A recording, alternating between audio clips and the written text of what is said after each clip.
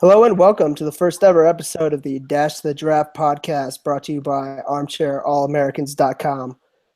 My name is Matt Martinez, joined with me by my co-hosts Grant Baker and Rob Paul. Since this is our first show, why don't you guys go ahead and tell us a bit about yourselves? Why don't we start with you, Grant?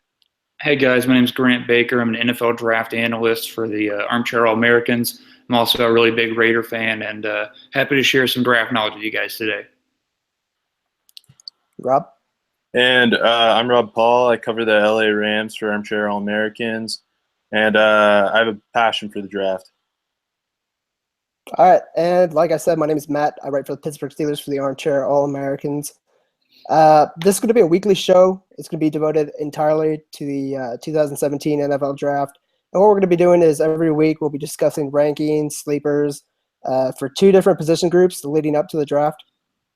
So this week we're going to be talking about quarterbacks and running backs.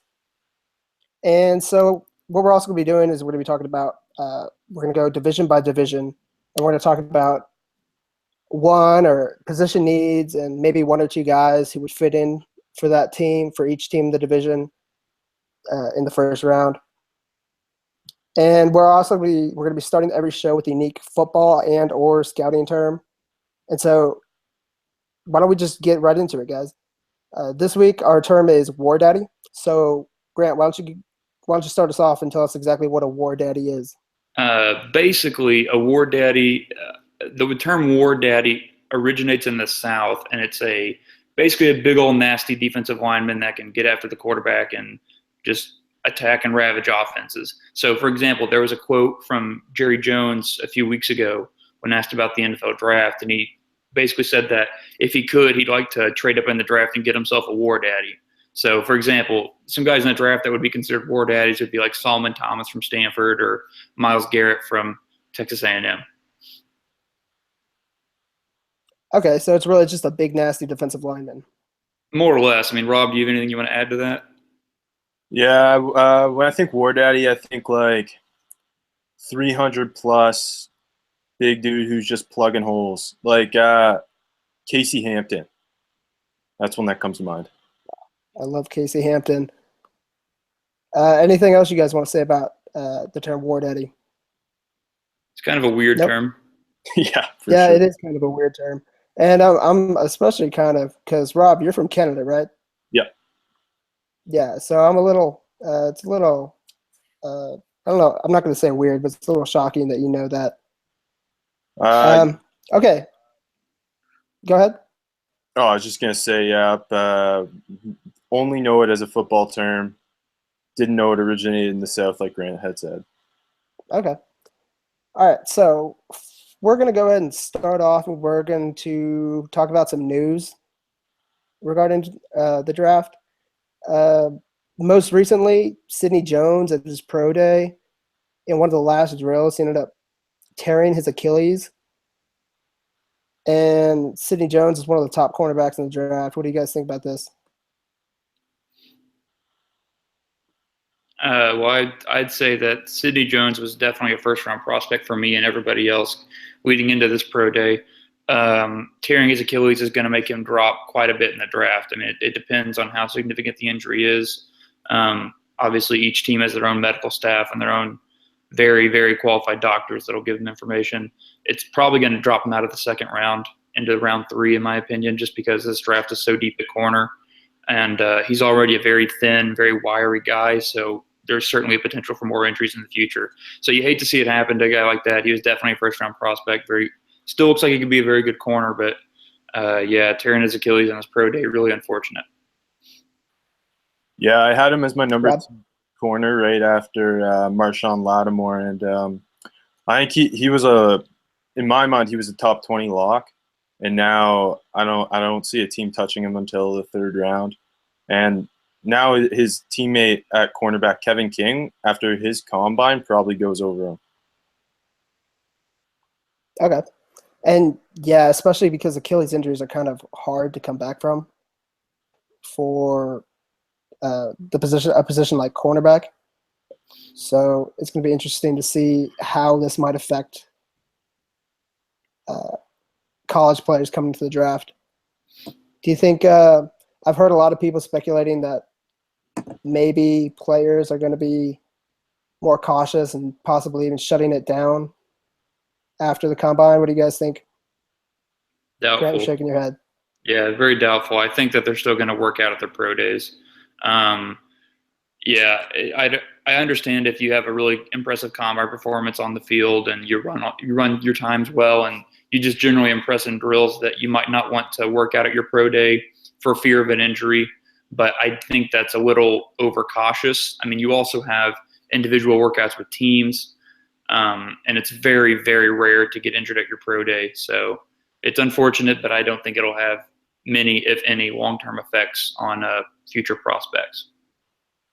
Yeah, especially with a pro day, the drills are a lot more important there than they are at the combine. So like, and teams are putting you through them. I think it'd just be a bad look if a guy skipped out on his pro day for fear of injury. Okay, yeah, I pretty much agree with you guys. I just wanted to hear your thoughts on that. What next? We also had and the NFL free agency opened up just this past week. Are there any guys that you see? What's up? I can cut this. I was just gonna say, whenever you call one of us out individually, so we know which one to go first, and then the other one will answer second. Okay. Sorry. All right. No, that's fine. I'll just cut this. I figured out how to cut things. Sweet. All right. So NFL free agency started last week. So Grant, is there anyone that you think draft stock might have been affected through signings by certain teams? Well, your draft stock's not going to get affected by the signings of certain teams. However, if you're a prospect who you've got a certain set of teams that is looking to sign you, and then those guys fill their holes, you could easily, drop out of the first round. I don't have a given name for you, like off the top of my head, that might have happened to. I will say, in free agency, most teams are looking to plug their holes on their roster so that they can, be much more flexible when it comes to the draft and not be not have to zero in, boxed in to pick a player. So I don't think I can't think of a guy right off the top of my head that's going to have a major draft stock because some third string receiver signed with a different team. Yeah, that was probably poor phrasing on my part, but like I was thinking, like with the Jaguars signing Barry Church, and I know there are some pretty good safeties at the top of the draft, and so I think even though Barry Church isn't as good as either of those players, I'm talking about Malik Hooker and Jamal Adams, that possibly the Jaguars may avoid that position because they've already got that hole met. Rob, what are your thoughts?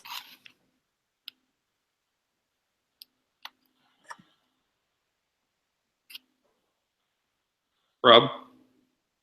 Can you guys hear me? Rob? Yeah, now we can. Now we can. Okay. Sorry, it cut for a bit. My bad. Okay. I think for the Jaguars, picking up Barry Church kind of hurts Jamal Adams specifically there, but overall, Jamal Adams still going top 10.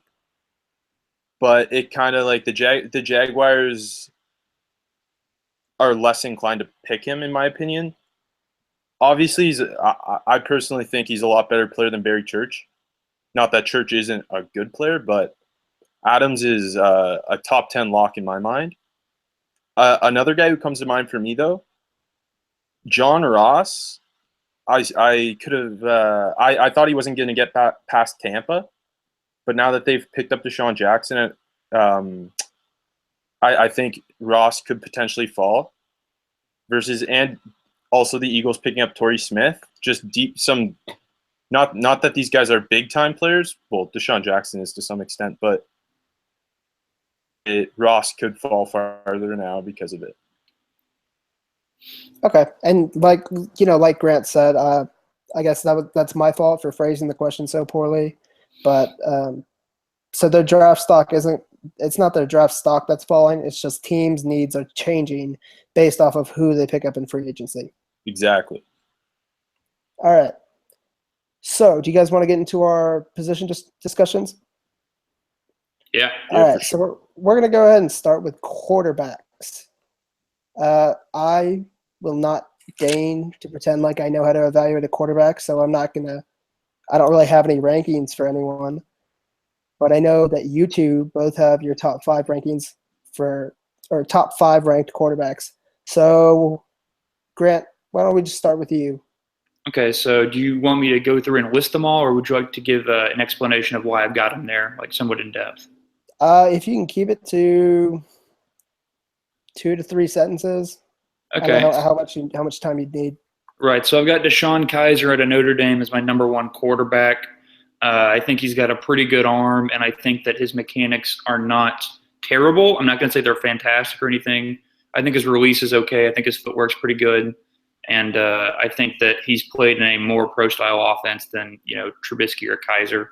Second overall for my quarterbacks, I've got Deshaun Watson.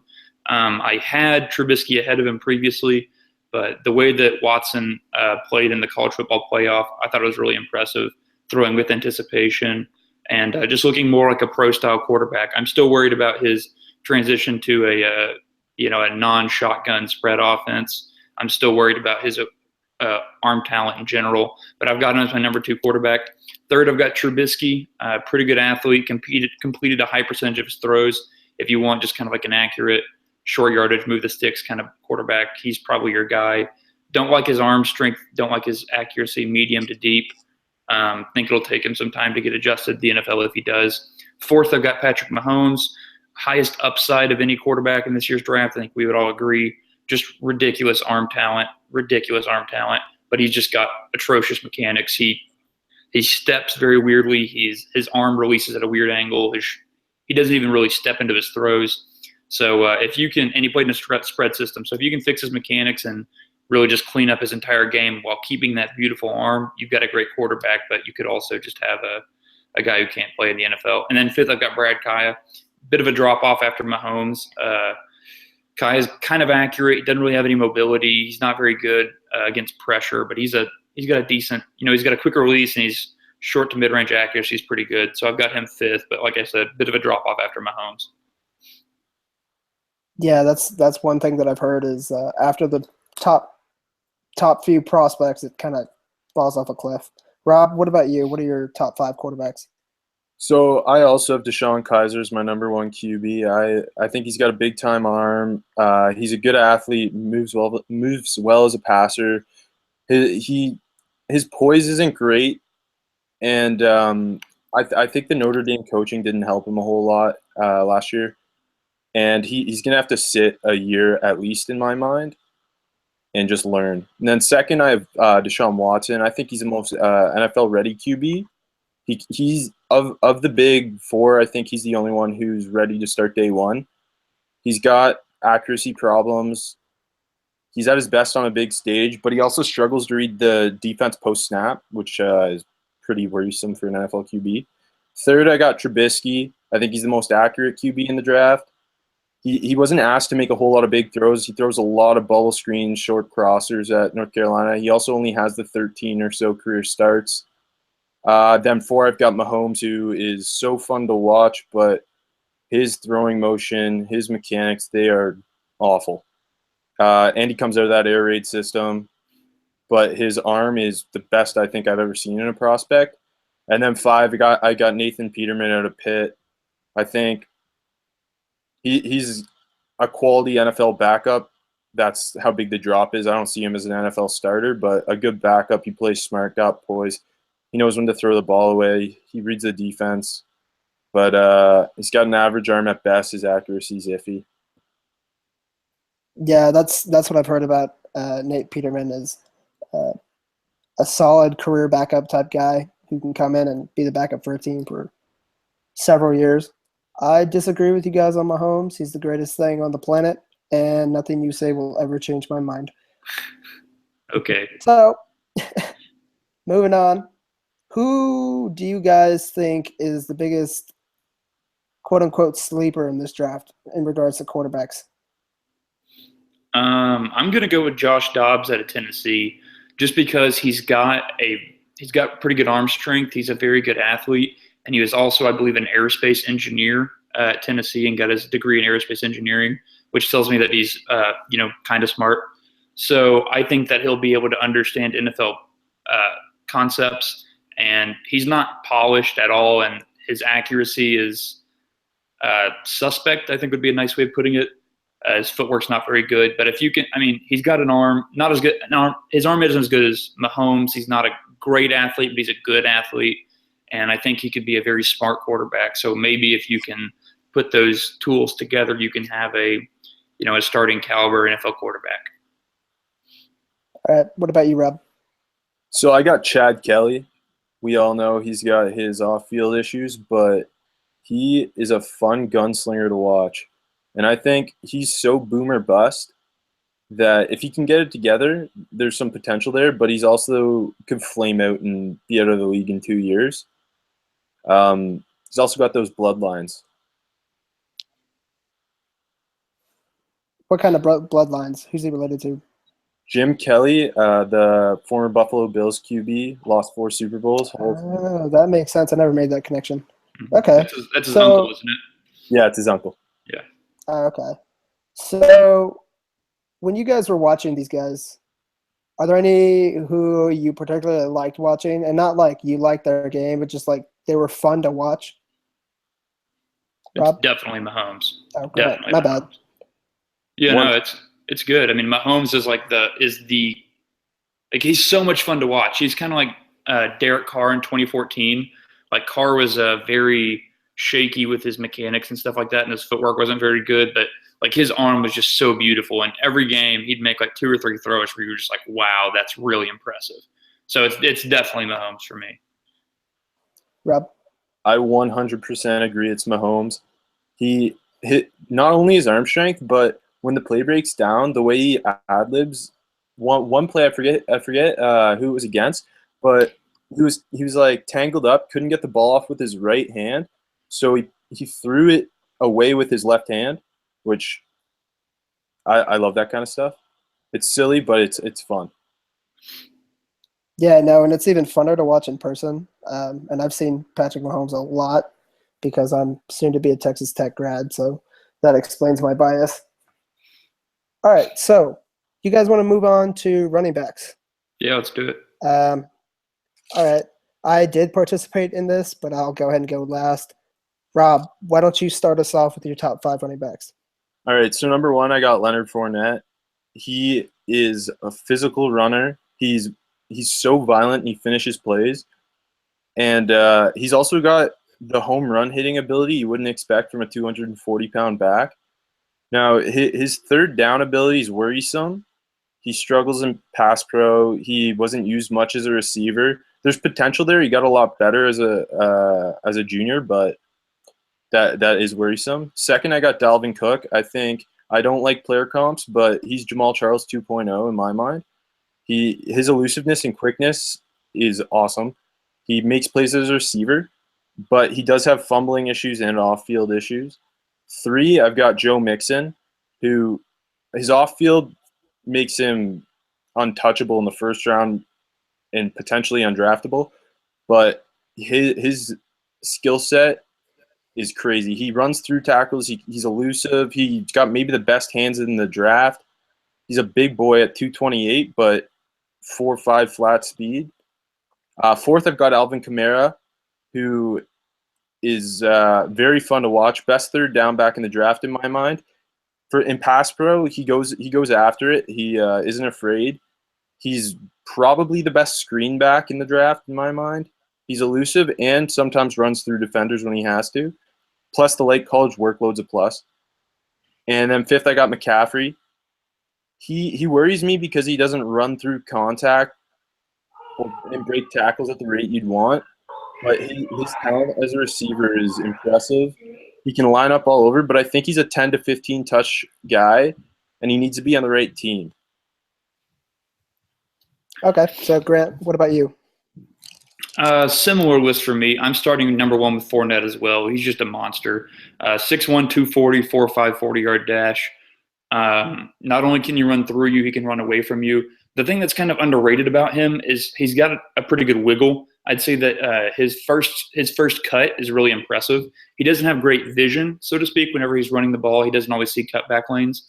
But if you need him to make somebody miss in the hole, he's very good at that. Like Rob said, he does have his third down limitations.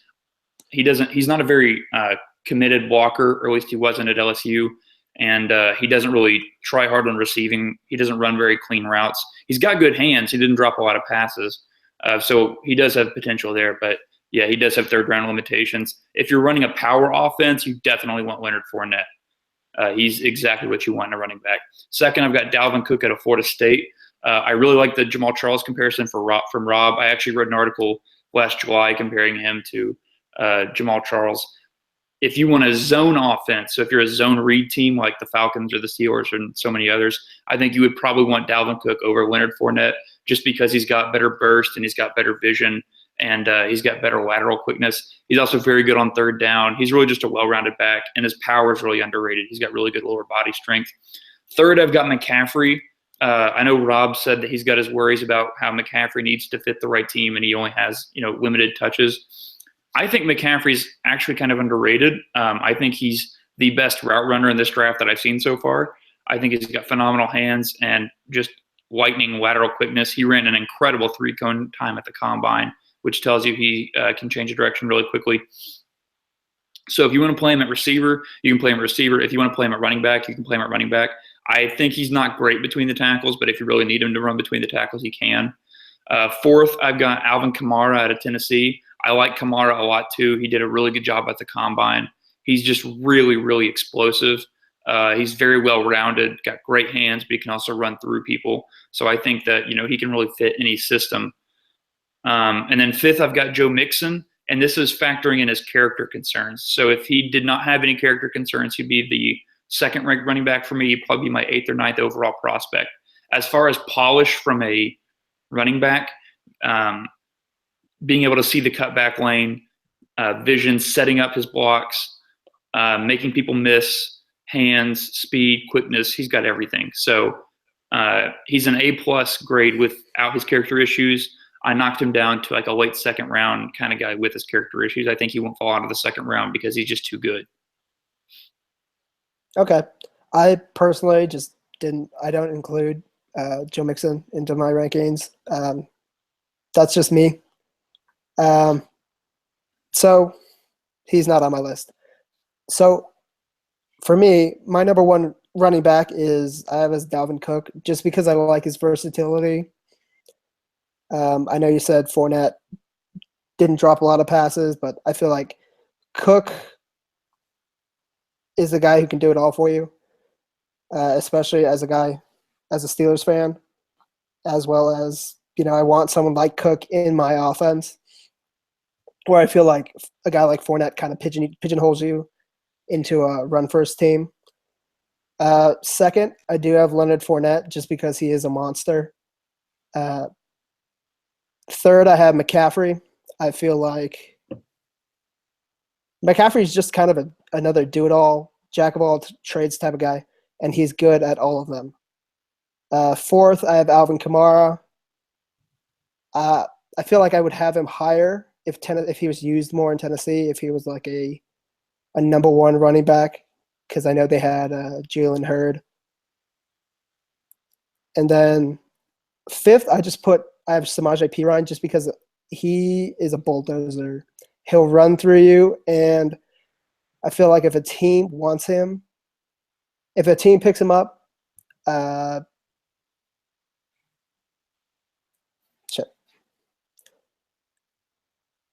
with a guy like Samaje Perine, you put him in the backfield, you need 3 yards, he'll get you 3 yards.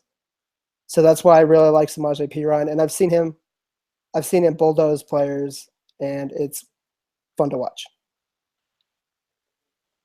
Okay, so now that the rankings are done, we'll start with you, Rob. Who is your sleeper at the running back position?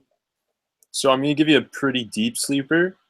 Matt Days out of North Carolina State is a running back I really enjoy to watch. He's not the biggest guy. He's about 5'9", 210, 215, one cut type of back. but he's got a third down skill set that I think will keep him in the league. He's probably not a guy who goes in the top 5 rounds. He's that late of a pick. But at NC State, he carried that offense. He showed an ability to block. He's got solid hands, the one-cut ability. It's almost like a really, really poor Frank Gore.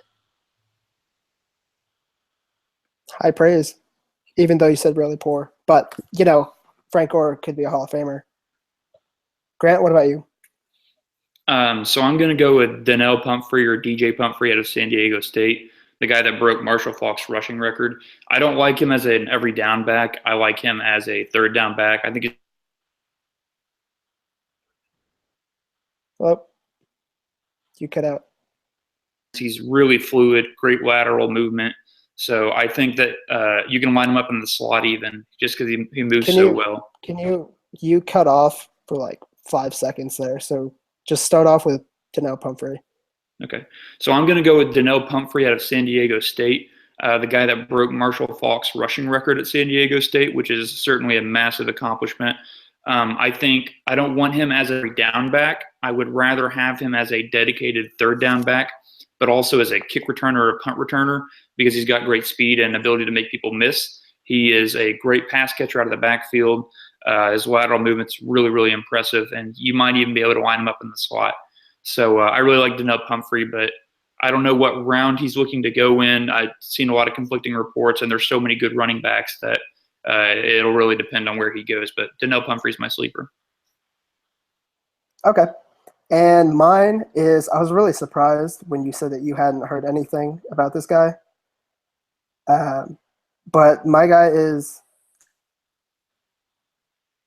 Aaron. I'm going to start over. Can you guys hear me? Yeah, yep. My connection just cut out for like 3 seconds. So. Okay, yeah. Now it's showing up. You're here twice. Okay, cool. And my sleeper, I'm going to go with, I was really excited when you told me that you hadn't seen any of this guy. Aaron Jones out of UTEP.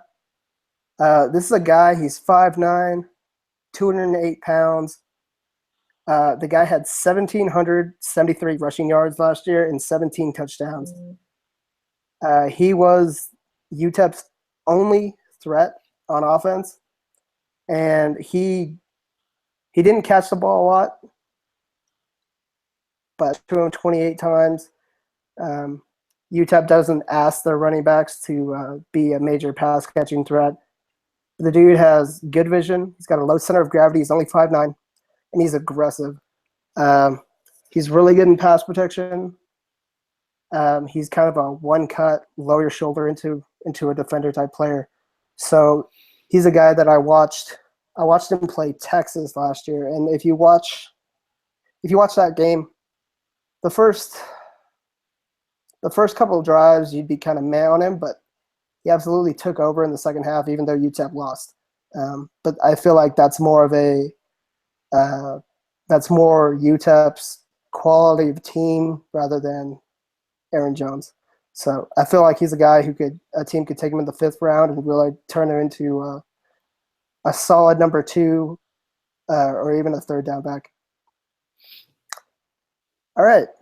So you guys want to go ahead and talk about the AFC North? Yep, featured division for this week. Yep. Our featured division this week is the AFC North. So why don't we start with the Cleveland Browns? Number 1 pick in the draft, they get to go first. What do you guys think about the Cleveland Browns and kind of what their needs are? Well, I think with the first pick, they're quite clearly at this point going to take Myles Garrett, unless some new information comes to light about his medical or criminal background. If he has, unless something terrible happens between now and the draft, Myles Garrett's gonna be the first overall pick. He's just an absolute monster. I've got him as an A+ grade. He's 272 pounds and he vertical leaped 41 inches at the combine. He's just ridiculous amount of size, speed, and just freaky athletic ability. So I think the Browns will get him first overall and be very happy with him for the next 10 years. What's interesting is what they do with the 12th pick. So I think personally that they should package the 12th pick and maybe some of their second rounders in the future to try and get Jimmy Garoppolo from New England. So I think that would be something that would give them their franchise quarterback and their franchise edge rusher. They did a really good job of building that offensive line in free agency. So along with Joe Thomas, they brought back Joel Bitonio, and they brought in Kevin Zeitler from Cincinnati. So I think that's something that's really good. And I think if you have that core of your offensive line, you're starting to build your really important pieces on your defense, and you get the quarterback. I don't expect them to contend anytime soon, but 5 or 6 years down the line, I think they could be a very good team. Okay, I personally see Jimmy Garoppolo as Matt Flynn 2.0, but whatever. Rob, what about you? What are your thoughts? So Myles Garrett's got to be a lock at number one. He's what J.D. Clowney was coming out, but with a way better motor in my mind. He's can't miss in my mind. He is so good. But so at 12, I think, yeah, packaging the 12th pick with whatever else they can to bring in Jimmy would be the best move. But if they're not going to do that, let's say John Allen falls to 12, you go get John Allen. John Allen's my 3rd overall player in the draft, despite the shoulders, because he's got the shoulder issues that are knocking him down people's boards. But that would be the best option if they can't bring in Jimmy Garoppolo. Right, and I'd like to say Jonathan Allen's my 7th ranked player as well. We don't know how his shoulder arthritis is going to affect him. So if teams do get worried about his shoulders, maybe they think we'll just take Solomon Thomas, who doesn't have the injury issues and is still a great defensive line prospect. Then Allen might fall out of the top 10. I know that sounds kind of crazy because he's often seen as the number 2 prospect in this draft by some people. But that's why we're mocking him to the Browns at 12. All right. Personally, I see were to fall and they took him, I feel like Browns fans would be really happy with that. But I think a guy like O.J. Howard would be better, just because, if you don't have anyone at quarterback right now, might as well get O.J. Howard. He's the best tight end in this draft, and he's the best tight end who's been in the draft for years. I can't remember a tight end who's been hyped up as much as he has. So get a guy like O.J. Howard, and then once you do finally find your quarterback, you'll have a nice safety blanket for him. All right. Let's go to the Cincinnati Bengals. Grant, why don't you start us? Okay, the Bengals have the 9th pick in the draft, if memory serves. I think a guy that would be good for them would be Reuben Foster at inside linebacker. They could really use somebody at that position who's just an all-around stud and has really impressive speed. Getting dismissed from the combine, I don't think it's going to be that big of a deal, and I don't think any teams ahead of Cincinnati really need an inside linebacker over some other positions. I've got Foster 6th on my board right now, so I think it'd be a really good value for them. I think if they could get that inside linebacker, it would really help shore up that defense. All right, Rob. So prior to them bringing back Brandon LaFell, I was thinking John Ross maybe, but I wouldn't have brought back Brandon LaFell. I would have been all in on John Ross. I really like John Ross. But assuming that they don't want to go that direction, I think running back would be a good way to go. I think Jeremy Hill really isn't anything. He plays with no vision. He just runs straight into his offensive line. He isn't the same player he was as a rookie. And I think Dalvin Cook will be a big pickup there. They just lost Rex Burkhead today to the Pats. So I like the idea of pairing Cook with Gio Bernard. You get 2 quick little running backs. Both can make plays in the passing game and just get Andy Dalton some help back there. All right. Yeah, I personally see the Bengals taking a guy like Reuben Foster, or even if Solomon Thomas is available, they could take Solomon Thomas. They do like those kind of long defensive ends to kind of play on their defensive line. Okay. We'll start off with you, Rob. What about the Baltimore Ravens? What are your thoughts? So they just lost Rick Wagner in free agency to the Lions. So I'm thinking you instantly replace him. You go after you go out there and you get Forrest Lamp is a guy I think can play inside, outside. He can play any spot on the offensive line. Ideally, you're playing him on the interior, but I think he can kick out the right tackle. One of his best games came against Alabama, where he's playing left tackle at Western Kentucky. You're cutting out. Can you hear me? Like I can hear him. Okay, you cut out after you said interior line. You want me to just start again? Yeah, go ahead.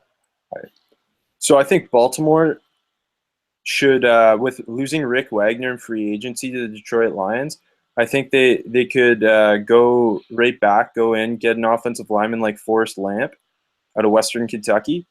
He played left tackle there, but he's got the ability to play any interior spot, and I think he could play right tackle as well. One of his best games came against Alabama, where he's playing left tackle, and I just think he's an instant contributor on that offensive line, and they need a day one starter in Baltimore. I really like Forrest Lamp. I don't think he can play And right Grant, tackle. what about you? Okay. I really like Forrest Lamp. I don't think he can play right tackle in the NFL. He's 6'4" with 32 and a quarter inch arms. So that's pretty 32 and a quarter inch arms is not long enough arms to play right tackle.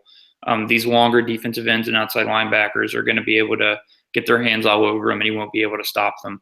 So you're right, he did play left tackle against Alabama, but some of the guys off that edge, the longer, speedier guys, gave him a lot of issues. I love him as a guard. I think he's a 10th or 11th on my board as a guard, but I don't think they should go that direction. And Ozzie Newsome, the general manager of the Ravens or the director of player personnel, is very well known for taking the best player available on their board. So I think they might do that. And then if they're going to take the best player available, it's very likely it could be a running back like Dalvin Cook if the Bengals and others ahead of them don't take him, or Christian McCaffrey. So I don't really know what the Ravens are going to do. They could go many, many, many different directions, but I don't think Forrest Lamp will be one of them. Okay. Yeah, and the Ravens picked 16th overall.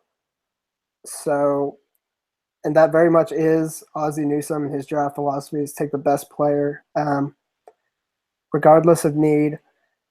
One thing that I will say is that they do need pass rushers.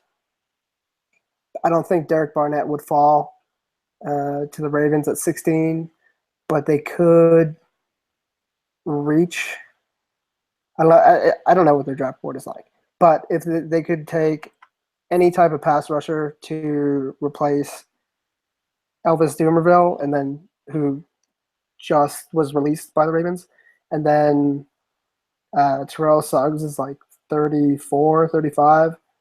So they're probably going to be looking for a replacement for him pretty soon.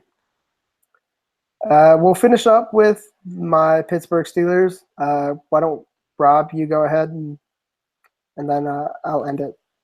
So picking 30th, it's kind of hard to guess who falls there.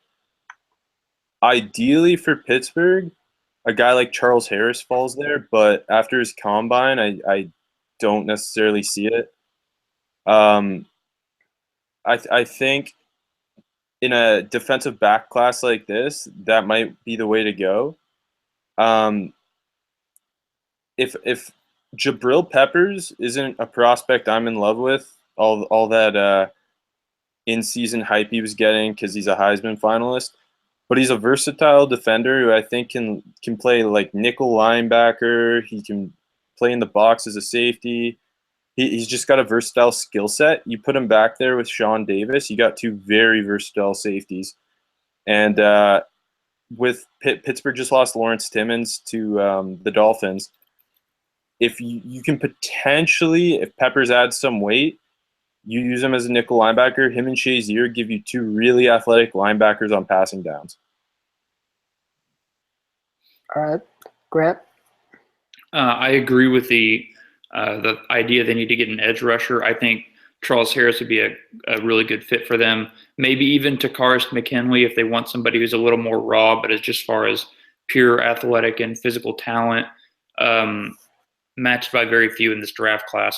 They could take another corner. I know they're a little weak there, and this is a very deep draft for corners, so you probably get good value. Rob mentioned Jabril Peppers as a replacement to Timmons or as a kind of a safety. I think Hassan Reddick out of Temple, if he's available at 30, as a guy to replace Timmons, is a very, very good coverage linebacker. You put him with Shazier on the inside, two very speedy, very good coverage backers, and that Pittsburgh linebacking core could be really, really good. Honestly, Pittsburgh doesn't need a whole lot. They've got a really good roster. Their offensive line, really their entire offense is really good. So an edge rusher, a corner, and some help on that back seven, and they're really good to go. Yeah, I don't like Jabril Peppers, especially the Pittsburgh. I was going to say Hassan Reddick, a guy who they can fit inside. They definitely need pass rush, so they could go Carl Lawson or Takk McKinley, who's my draft crush, and they have shown a propensity of taking those high athleticism guys such as Ryan Shazier and Artie Burns, so I wouldn't be surprised at all if they took Takk McKinley. I've also heard a defensive back is absolutely another way that they could go. Really, any one of the top corners would be a good fit for them. All right, guys. So that's our AFC North coverage, and I think that's it. Is there anything that you guys want to say before we quit? All right. So I think that's it. That was awkward. All right, so I think that's going to be do it for our first show, guys. I'm Matt. Grant. This is so bad. You want me to wrap it up? No, I'll do it. Okay. All right, so I think that's going to do it for our first show. Join us next week on the Dash to the Draft podcast. Be sure to go ahead and follow us on Armchair All-Americans on Twitter at AC All-Americans, as well as Armchair NFL at Armchair NFL. We're also on iTunes, guys, so go ahead and subscribe, rate, and leave a comment. Just Dash to the Draft. All right, guys. See you next week.